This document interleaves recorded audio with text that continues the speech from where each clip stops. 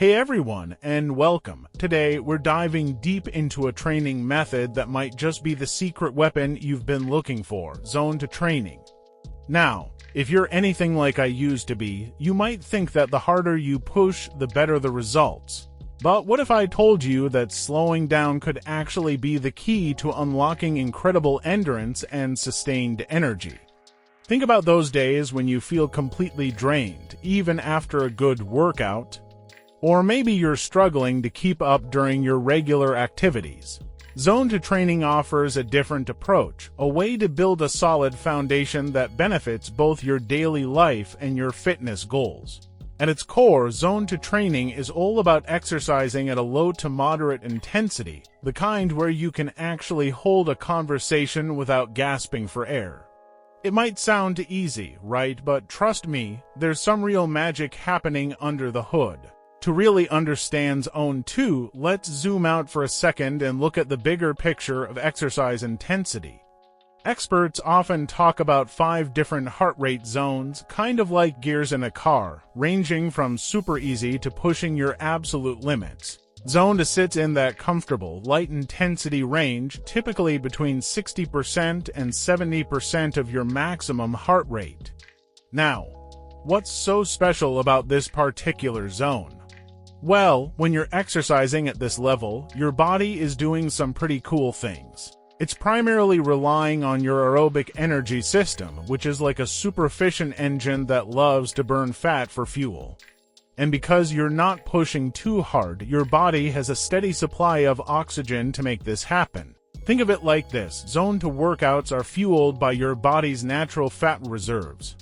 Interestingly, this type of exercise mainly engages your slow-twitch muscle fibers, the ones built for endurance.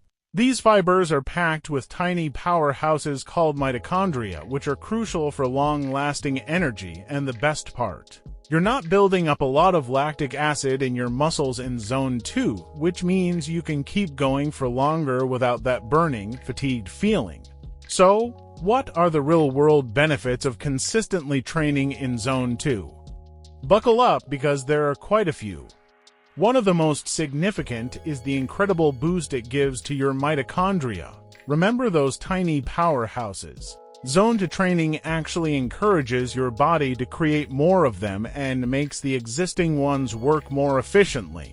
This leads to something called improved metabolic flexibility. Basically, your body gets better at switching between using fat and carbs for energy depending on what you're doing.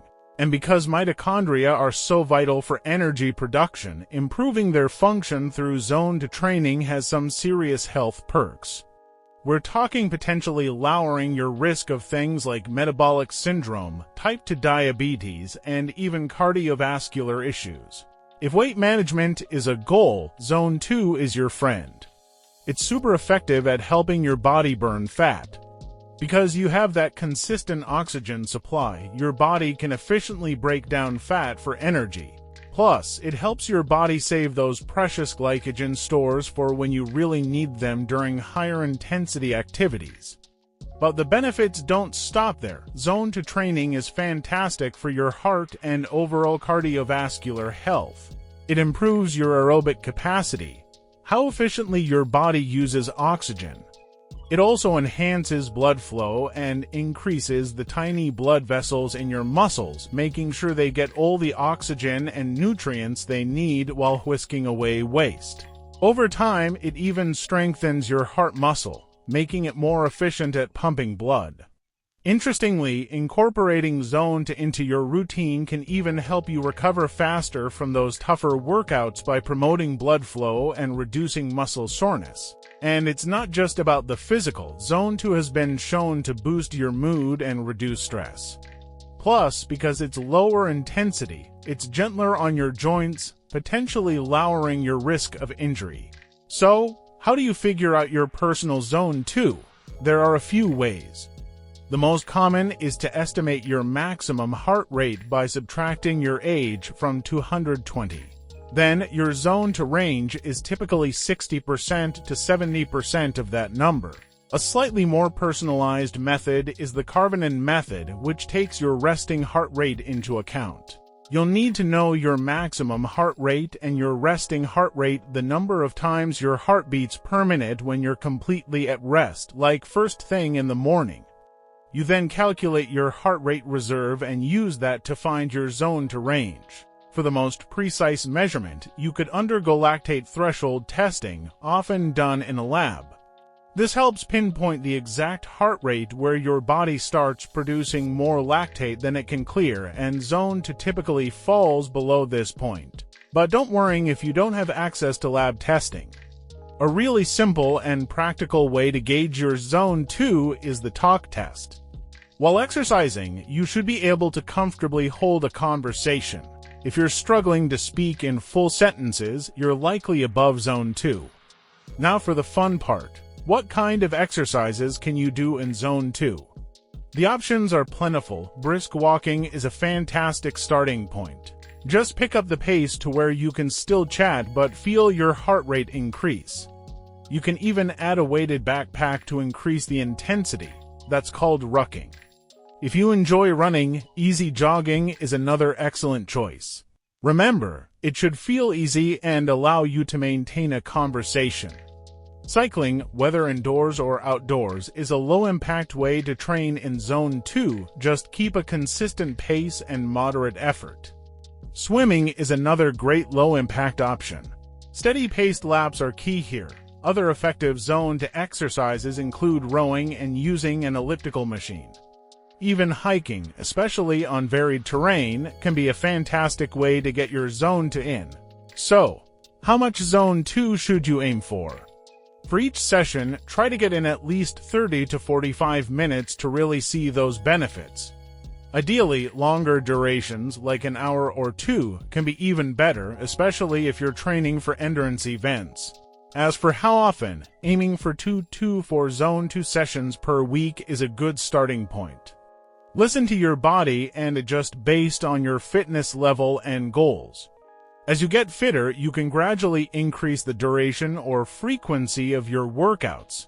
Remember, zone 2 training is most effective when it's part of a well-rounded fitness plan that also includes some higher intensity work and strength training. A common approach is the 80-20 rule, around 80% of your training in zone 2 and 20% in higher intensity zones. Now, a few common mistakes to watch out for. The biggest one is pushing too hard and ending up outside of zone 2.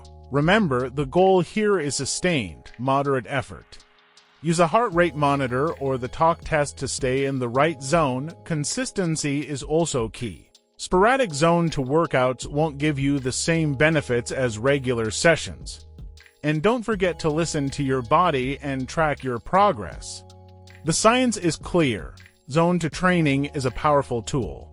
Studies have shown it improves endurance, boosts fat burning, and enhances cardiovascular health. It's all about making your body more efficient at using oxygen and fat for fuel. Even elite athletes rely heavily on zone 2 training. So, whether you're looking to improve your overall health or enhance your athletic performance, zone 2 training deserves a place in your routine. So there you have it, the power of zone 2 training. It's not about always going hard. Sometimes slowing down is the fastest way to reach your goals. Give it a try, listen to your body, and let me know in the comments how it works for you. Thanks for watching, and I'll see you in the next video.